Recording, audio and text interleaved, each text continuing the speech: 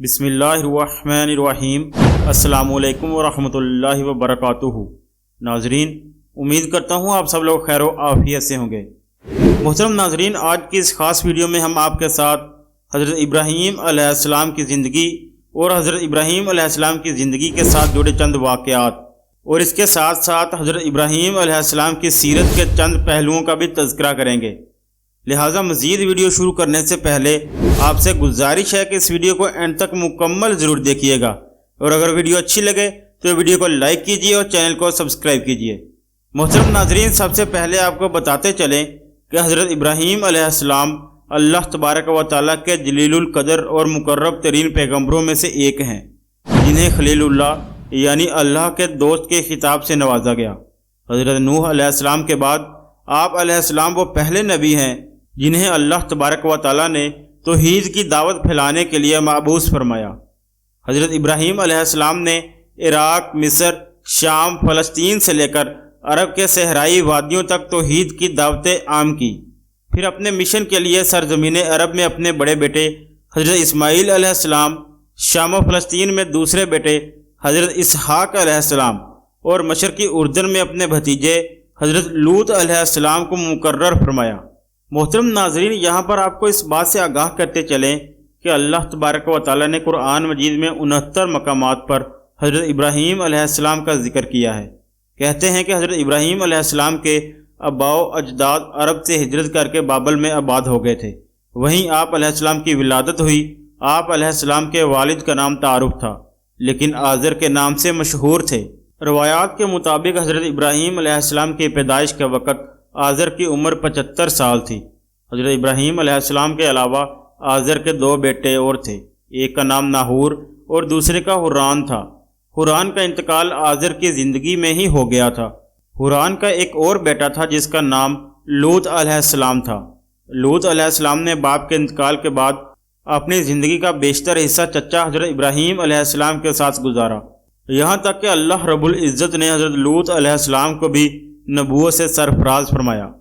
محترم ناظرین، یاد رہے کہ حضرت ابراہیم علیہ السلام کے والد آزر کا پیشہ بت تراشی اور بت فروشی تھا۔ یاد رہے کہ اس وقت بابل اور اس کے آس پاس کے علاقوں پر نمرود کی بادشاہی تھی، جو ایک بہت طاقتور، متکبر اور بت پرست حکمران تھا۔ کہتے ہیں سر پر تاج سب سے پہلے نمرود ہی نے پہنا تھا۔ یہ اپنی طاقت کے بل بوتے پر رایا سے اپنی پرستش کرواتا تھا۔ ایک مرتبہ اس نے عجیب و غریب خواب دیکھا کہ آسمان پر ایک بڑا روشن اور خوبصورت ستارہ نمودار ہوا، جس کی روشنی اتنی تیز تھی کہ اس نے آسمان پر چمکتے چاند اور لاکھوں ستاروں کی روشنی کو ماند کر دیا۔ صبح ہوئی تو نمرود نے شہر کے تمام بڑے کاہنوں اور نجومیوں کو دربار میں طلب کر کے اپنا خواب سنایا اور اس کی تعبیر طلب کی۔ نجومیوں نے اس خواب کی تعبیر بتائی کہ اس شہر میں عنقریب ایک ایسا بچہ پیدا ہونے والا ہے جو عظیم بادشاہ کے زوال کا باعث بنے گا اور ہمارے خداؤں کے مقابلے میں ایک خدا اور اس کے دین کا پرچار کرے گا۔ نجومیوں کی اس خبر نے نمرود کو سخت پریشان کر دیا، چنانچہ اس نے فوری حکم جاری کیا کہ جو بھی بچہ پیدا ہو اسے فوری طور پر قتل کر دیا جائے۔ بادشاہ کے حکم پر عمل درآمد شروع کر دیا گیا اور بابل کی سرزمین نوزائیدہ بچوں کے خون سے لال ہو گئی۔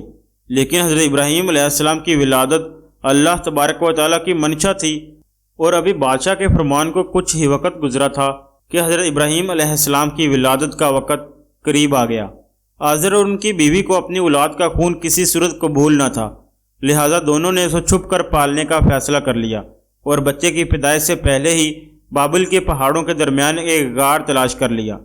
حضرت ابراہیم علیہ السلام کی والدہ نے اس غار میں بچے کو جنم دیا اور بچے کو اللہ تبارک و تعالیٰ کے سپرد کر کے گھر واپس آ گئیں۔ والدہ باقاعدہ سے چھپتے چھپاتے غار میں جاتی اور بچے کو دودھ پلا کر واپس آ جاتی۔ کچھ ہی عرصے بعد آپ بڑے ہو گئے تو والدین گھر لے آئے اور اللہ تبارک و تعالیٰ نے اپنی حکمت سے حضرت ابراہیم علیہ السلام کو زندہ سلامت رکھا۔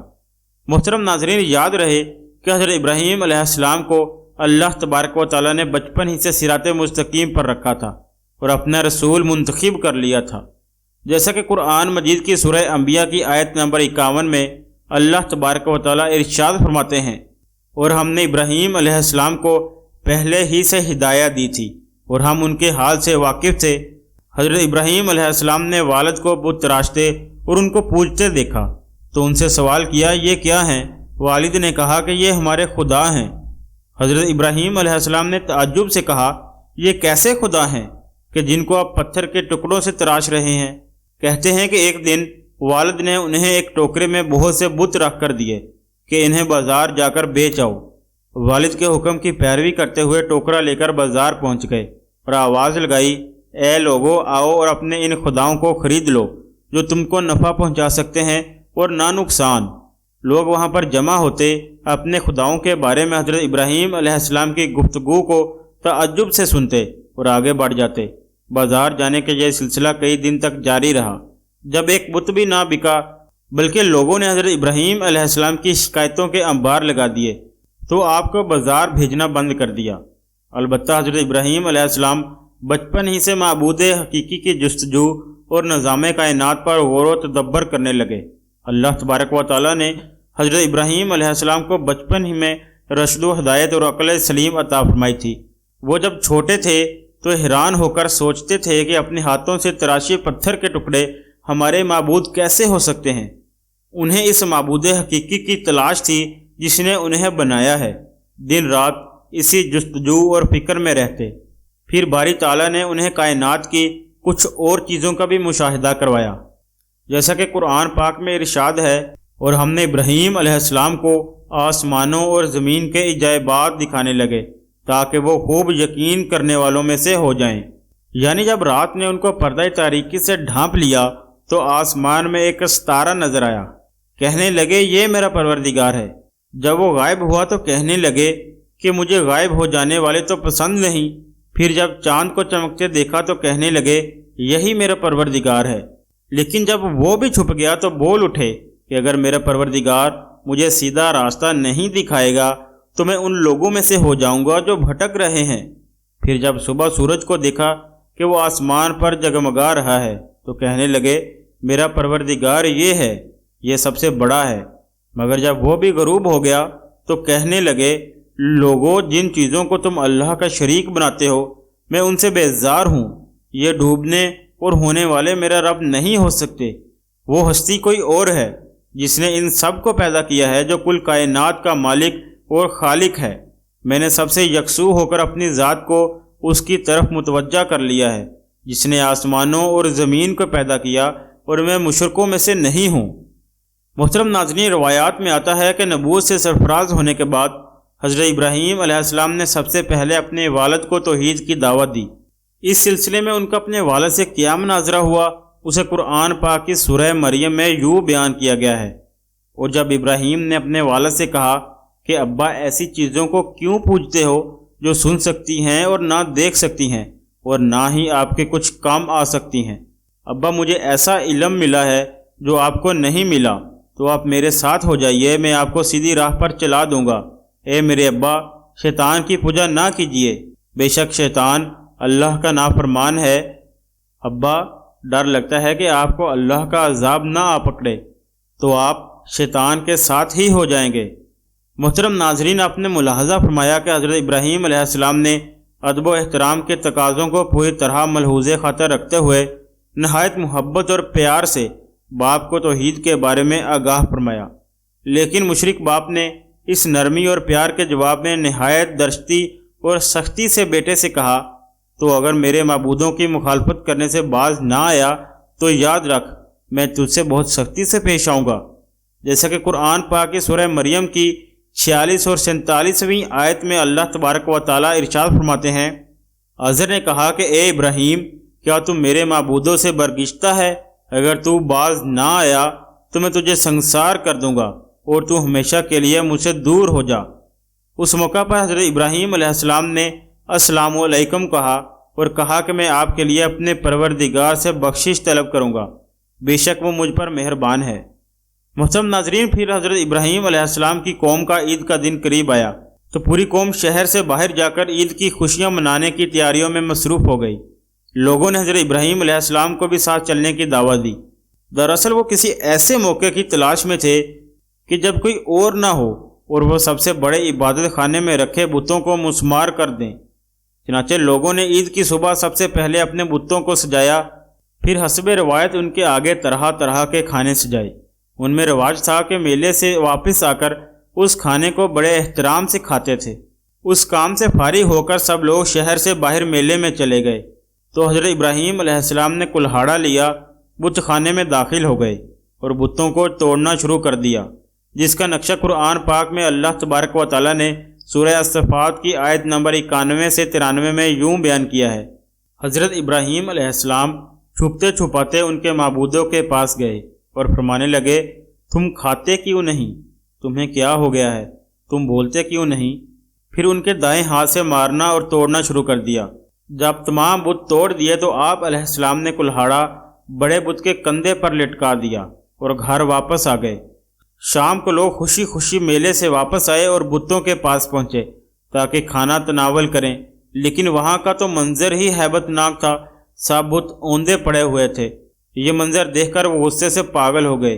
ان میں سے بہت سو کو یقین تھا کہ یہ کام ابراہیم علیہ السلام ہی نے کیا ہوگا، جیسا کہ قرآن پاک میں ارشاد ہے، لوگوں نے کہا کہ ہم نے ایک نوجوان کو ان کا ذکر کرتے ہوئے سنا ہے، اسے ابراہیم کہتے ہیں۔ چنانچہ حضرت ابراہیم علیہ السلام کو بلایا گیا۔ جب آپ علیہ السلام آئے تو مشرکوں نے کہا، اے ابراہیم، ہمارے معبودوں کے ساتھ تم نے کیا کیا ہے؟ ابراہیم علیہ السلام نے کہا، یہ ان کے بڑے بت نے کیا ہوگا، اگر وہ بولتا ہے تو اس سے پوچھ لو۔ انہوں نے اپنے دل میں غور کیا تو آپس میں کہنے لگے، بے شک ہم ہی ظالم ہیں۔ پھر شرمندہ ہو کر سر نیچے کر لیا اور بولے، تم جانتے ہو کہ یہ بولتے نہیں ہیں۔ حضرت ابراہیم علیہ السلام نے جواب دیا، جس کا ذکر اللہ تبارک و تعالیٰ نے سورہ انبیاء کی آیت نمبر 60 سے 67 میں کیا ہے، پھر تم اللہ کے سوا کیوں ایسی چیزوں کو پوچھتے ہو جو تمہیں کچھ فائدہ دے سکیں اور نہ نقصان؟ تھپ ہے تم پر اور جن کو تم اللہ کے سوا پوچھتے ہو ان پر، کیا تم عقل نہیں رکھتے؟ محترم ناظرین، بتوں کو توڑنے کا یہ عمل نمرود اور اس کی قوم کے نزدیک ناقابل معافی جرم تھا، لہٰذا انہوں نے فیصلہ کیا کہ حضرت ابراہیم علیہ السلام کو اتنی سخت اور عبرتناک سزا دی جائے کہ آئندہ کسی کو بتوں کی بے حرمتی کی ہمت نہ ہو۔ چنانچہ نمرود کے حکم پر خندق کھودی گئی۔ پھر قوم کے ہر فرد نے اس کام کو مقدس سمجھتے ہوئے اس میں لکڑیاں جمع کرنی شروع کیں، یہاں تک کہ اگر کسی کا کوئی کام رکا ہوا تھا تو اس نے منت مانگی کہ اگر کام ہو جائے تو ابراہیم علیہ السلام کو جلانے کے لیے لکڑی کا گٹھا دوں گا۔ خندق کے بھر جانے کے بعد اس میں آگ روشن کر دی گئی، پھر ایک منجنیق بنائی گئی جس کے ذریعے حضرت ابراہیم علیہ السلام کو رسیوں سے جکڑ کر آگ میں پھینک دیا گیا۔ اس موقع پر حضرت ابراہیم علیہ السلام نے کہا، ہمیں اللہ ہی کافی ہے اور وہی بہترین کار ساز ہے۔ محترم ناظرین، حضرت ابن عباس رضی اللہ تعالیٰ عنہ سے مروی ہے کہ اس وقت بارش برسانے والا فرشتہ اضطراب اور پریشانی کے عالم میں کہہ رہا تھا کہ کب مجھے حکم ملے اور بارش برساؤں، لیکن اللہ تبارک و تعالیٰ نے بارش برسانے کی بجائے خود ہی آگ کو حکم فرمایا اور آگ گل و گلزار بن گئی، جیسا کہ قرآن مجید کی سورہ انبیاء کی آیت نمبر 69 میں اللہ تبارک و تعالیٰ ارشاد فرماتے ہیں، ہم نے کہا، اے آگ ابراہیم علیہ السلام پر ٹھنڈی اور سلامتی والی ہو جا۔ محترم ناظرین، روایات میں آتا ہے کہ حضرت جبرائیل علیہ السلام حضرت ابراہیم علیہ السلام کے ساتھ تھے اور آپ کی جبہی عطر یعنی پیشانی سے پسینہ پونچھ رہے تھے، اور اس پسینے کے علاوہ انہیں اور کوئی تکلیف نہیں پہنچی۔ حضرت ابو ہریرہ رضی اللہ تعالیٰ عنہ سے مروی ہے کہ حضرت ابراہیم علیہ السلام کے والد کے کہے ہوئے کلمات میں سب سے اچھے کلمات وہ ہیں جو اس نے اپنے بیٹے کو آگ کے اندر دیکھ کر کہے تھے، اے ابراہیم، تیرا پروردگار بہترین پروردگار ہے۔ اور حضرت منہال بن عمرو رحمۃ اللہ علیہ سے مروی ہے کہ حضرت ابراہیم علیہ السلام اس آگ میں 40 یا 50 دن ٹھہرے اور انہوں نے فرمایا کہ میں نے ان دنوں سے اچھی زندگی نہیں گزاری اور میری تمنا رہی کہ میری پوری زندگی اسی کی طرح ہو جائے۔ محترم ناظرین، بخاری و مسلم شریف اور ابن ماجہ میں ہے کہ حضرت ابراہیم علیہ السلام کی اس آگ کے حوالے سے حضرت ام شریف رضی اللہ تعالی عنہ سے مروی ہے کہ رسول پاک صلی اللہ علیہ وسلم نے چھپکلی کے مارنے کا حکم دیا اور فرمایا کہ یہ ابراہیم علیہ السلام پر جلنے والی آگ کو پھونک مار رہی تھی۔ اور مسند احمد میں حضرت عائشہ رضی اللہ تعالی عنہ سے روایت ہے کہ رسول پاک صلی اللہ علیہ وسلم نے فرمایا، چھپکلی کو مارو، کیونکہ وہ ابراہیم علیہ السلام پر آگ کو پھونکے مار رہی تھی۔ محترم ناظرین، تاریخی کتب کے مطابق جب حضرت ابراہیم علیہ السلام آگ سے صحیح سلامت واپس آ گئے تو نمرود اور اس کے لوگ بڑے حیران بھی ہوئے اور پریشان بھی۔ اس موقع پر نمرود نے حضرت ابراہیم علیہ السلام سے کہا، اے ابراہیم، کیا تم نے اپنے اس رب کو دیکھا بھی ہے کہ وہ کون ہے اور کہاں رہتا ہے؟ حضرت ابراہیم علیہ السلام نے کہا، میرا رب تو وہ ہے جو زندہ کرتا ہے اور مارتا ہے۔ نمرود بولا، یہ کیا مشکل ہے، یہ تو میں بھی کر سکتا ہوں۔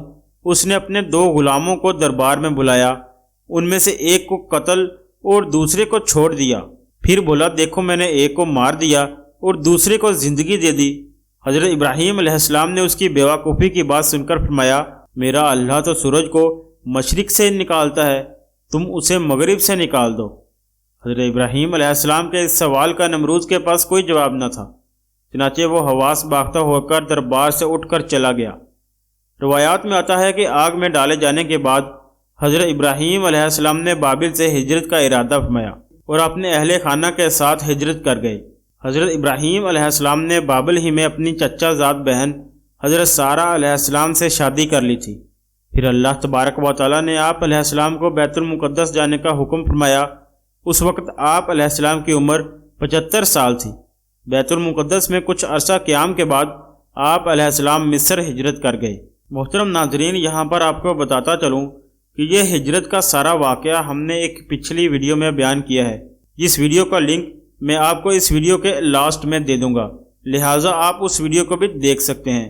محترم ناظرین، یہاں پر آپ کو آگاہ کرتا چلوں کہ اللہ تبارک و تعالیٰ نے حضرت ہاجرہ علیہ السلام کے بطن سے حضرت اسماعیل علیہ السلام کو پیدا فرمایا، اور حضرت ابراہیم علیہ السلام اللہ تبارک و تعالیٰ کے حکم سے حضرت ہاجرہ اور نومولود بیٹے کو لے کر فلسطین سے نامعلوم منزل کی جانب چل پڑے، اور پھر حضرت ابراہیم علیہ السلام اپنی زوجہ اور لخت جگر کے ساتھ صحراؤں، پہاڑوں اور میدانوں کو عبور کرتے ہوئے ایک ایسی وادی میں پہنچے جہاں دور دور تک چرند پرند تھے اور نہ ہی پانی کا کوئی نام و نشان، لیکن حیران کن طور پر اس وادی کے درمیان ایک بوڑھا درخت نہ جانے کب سے اپنے مکینوں کے انتظار میں تنہا کھڑا تھا۔ حضرت ابراہیم علیہ السلام نے اپنی اہلیہ کو دودھ پیتے معصوم جانے جگر سمیت درخت کے نیچے بٹھایا، کھجور کا تھیلا اور پانی کا مشکیزہ پاس رکھا اور کچھ کہے بغیر واپسی کے لیے پلٹے۔ حضرت ہاجرہ علیہ السلام نے جب یہ دیکھا تو لپک کر آپ کا دامن پکڑا اور بولی، اے ابراہیم، ہمیں اس دشت بیابان میں چھوڑ کر کہاں جا رہے ہیں؟ حضرت ہاجرہ علیہ السلام کے بار بار فریاد کرنے پر بھی آپ علیہ السلام خاموش رہے، تو انہوں نے عرض کی، اے ابراہیم، کیا یہ اللہ کا حکم ہے؟ آپ علیہ السلام نے فرمایا، ہاں۔ محترم ناظرین، بعض روایات میں آتا ہے کہ آپ علیہ السلام نے زبان سے کچھ نہ بولا کیونکہ یہی اللہ کا حکم تھا، اور اسباب میں صرف سر ہلا دیا۔ اس کے بعد جب حضرت ہاجرہ علیہ السلام نے یہ سنا یا دیکھا تو بڑے یقین اور اعتماد کے ساتھ فرمایا، ہمارا پروردگار ہمیں ضائع نہیں فرمائے گا۔ حضرت ابراہیم علیہ السلام آگے بڑھ گئے، لیکن الفت پدری کے تحت مجبور ہو کر ایک ٹیلے میں پہنچ گئے جہاں سے حضرت ہاجرہ علیہ السلام ان کو نہ دیکھ سکتی تھی، اور پھر باری تعالیٰ کے حضور دعا کے لیے ہاتھ اٹھا لیے، اے پروردگار، میں نے اپنی اولاد کو اس میدان بیابان میں تیری عزت والے گھر کے پاس لا بسایا ہے تاکہ یہ نماز پڑھیں تو لوگوں کے دلوں کو ایسا کر دے کہ ان کی طرف جھکے رہیں، اور ان کو میووں سے روزی دے تاکہ تیرا شکر کریں۔ پھر حضرت ابراہیم علیہ السلام پلٹ گئے۔ حضرت ہاجرہ علیہ السلام پر اللہ کی رحمت سایہ فگن تھی۔ ابھی ذاتی راہ ختم ہی ہوا تھا کہ اللہ تبارک و تعالیٰ نے اسماعیل علیہ السلام کے قدموں تلے آب زمزم جاری کر دیا۔ محترم ناظرین، آب زمزم کے حوالے سے بھی ہماری ایک ویڈیو اس چینل پر موجود ہے، جس کا لنک میں آپ کو اس ویڈیو کے لاسٹ میں دے دوں گا، لہٰذا آپ ہماری اس ویڈیو کو بھی جا کر دیکھ سکتے ہیں۔ محترم ناظرین، حضرت عبداللہ بن عباس رضی اللہ تعالیٰ عنہ سے مروی ہے کہ نبی کریم صلی اللہ علیہ وسلم نے فرمایا، اللہ پاک حضرت اسماعیل علیہ السلام کی والدہ پر رحمت فرمائے، اگر وہ پانی سے چلو نہ بھرتی، اسے بہنے دیتی تو وہ ایک بہتے ہوئے چشمے کی صورت اختیار کر لیتا۔ کچھ ہی عرصہ گزرا تھا کہ بنو جرہم کا قبیلہ ہاجرہ علیہ السلام کی اجازت سے وہاں آباد ہو گیا، اور پھر اللہ تبارک و تعالیٰ نے جلد ہی اس غیر آباد وادی کو شہر میں بدل دیا۔ محترم ناظرین، آپ بات کر لیتے ہیں حضرت اسحاق علیہ السلام کی پیدائش کی۔ یاد رہے کہ حضرت ابراہیم علیہ السلام کی عمر 100 سال اور حضرت سارہ علیہ السلام کی عمر 90 سال تھی جب اللہ تبارک و تعالیٰ نے انہیں فرشتوں کے ذریعے حضرت اسحاق علیہ السلام کی ولادت کی خوشخبری سنائی۔ جیسا کہ ارشاد باری تعالیٰ ہے، ہم نے یعنی حضرت سارہ علیہ السلام کو اسحاق کی اور اسحاق کے بعد یعقوب کی خوشخبری دی۔ اس نے کہا، اے میرے رب، میرا بچہ ہوگا، میں تو بڑھیا ہوں اور میرے میاں بھی بوڑھے ہیں، یہ تو بڑی عجیب بات ہے۔ انہوں نے کہا، کیا تم اللہ کی قدرت سے تعجب کرتی ہو؟ اے اہل بیت، تم پر اللہ کی رحمت اور اس کی برکتیں ہیں۔ روایات کے مطابق حضرت اسحاق علیہ السلام کی پیدائش کے وقت حضرت اسماعیل علیہ السلام کی عمر 13 یا 14 سال تھی۔ محترم ناظرین، آپ بات کر لیتے ہیں ذبیح عظیم کی۔ حضرت ابراہیم علیہ السلام کو اللہ تبارک و تعالیٰ نے اپنی عزیز ترین شے قربان کرنے کا حکم دیا۔ یہ خواب آپ علیہ السلام کو کئی دن تک لگاتار نظر آتا رہا، تو آپ علیہ السلام سمجھ گئے کہ اللہ تبارک و تعالیٰ بیٹے کی قربانی کا حکم دے رہا ہے۔ محترم ناظرین، حدیث مبارکہ میں ہے کہ انبیاء علیہ السلام کے خواب بھی وہی ہوتے ہیں۔ چنانچہ آپ علیہ السلام نے مکہ مکرمہ جانے کا قصد فرمایا اور صاحبزادے کو اپنا خواب سنایا، جیسا کہ اللہ تبارک و تعالیٰ سورہ صافات کی آیت نمبر 102 سے 110 میں فرماتے ہیں، اور جب وہ ان کے ساتھ دوڑنے کی عمر کو پہنچا تو ابراہیم نے کہا، بیٹا، میں خواب میں دیکھتا ہوں کہ گویا تم کو ذبح کر رہا ہوں، تو تم سوچو کہ تمہارا کیا خیال ہے؟ انہوں نے کہا، ابا جان، جو آپ کو حکم ہوا ہے وہی کیجیے، اللہ نے چاہا تو آپ مجھے صابرین میں پائیں گے۔ جب دونوں نے حکم مان لیا اور باپ نے بیٹے کو ماتھے کے بل لٹا دیا تو ہم نے ان کو پکارا کہ اے ابراہیم، تم نے خواب سچا کر دکھایا، ہم نیکوکاروں کو ایسا ہی بدلہ دیا کرتے ہیں۔ بلا شبہ یہ سری آزمائش تھی اور ہم نے ایک بڑی قربانی کو ان کا فدیہ بنا دیا اور پیچھے آنے والوں میں ابراہیم علیہ السلام کا ذکر خیر باقی چھوڑ دیا کہ ابراہیم علیہ السلام پر سلام ہو، نیکوکاروں کو ہم ایسا ہی بدلہ دیا کرتے ہیں۔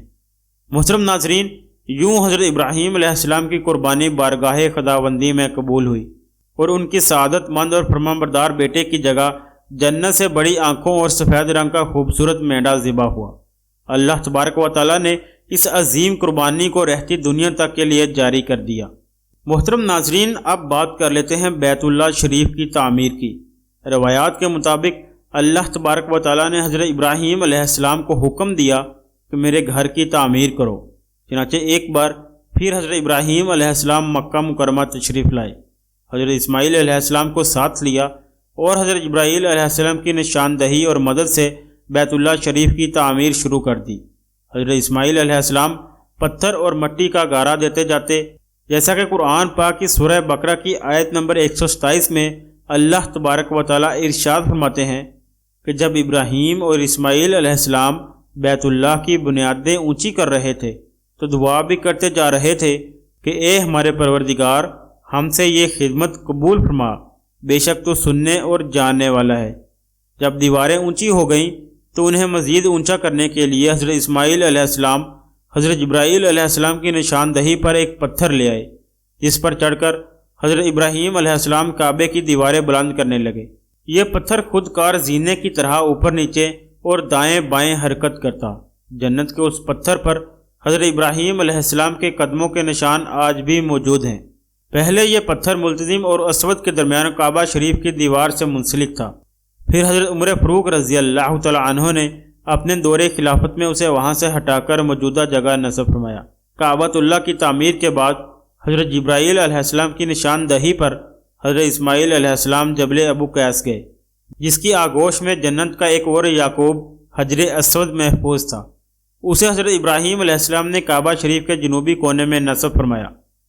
محترم ناظرین، ترمذی شریف کی ایک حدیث ہے کہ رسول پاک صلی اللہ علیہ وسلم نے فرمایا، حجر اسود جنت سے آیا ہوا پتھر ہے، یہ دودھ سے زیادہ سفید تھا، بنی آدم کے گناہوں نے اسے سیاہ کر دیا۔ قرآن پاک کی سورہ حج کی آیت نمبر 27 میں اللہ تبارک و تعالیٰ فرماتے ہیں کہ بیت اللہ شریف کی تعمیر سے فارغ ہونے کے بعد اللہ تبارک و تعالیٰ نے حکم دیا، لوگوں میں حج کا اعلان کر دو۔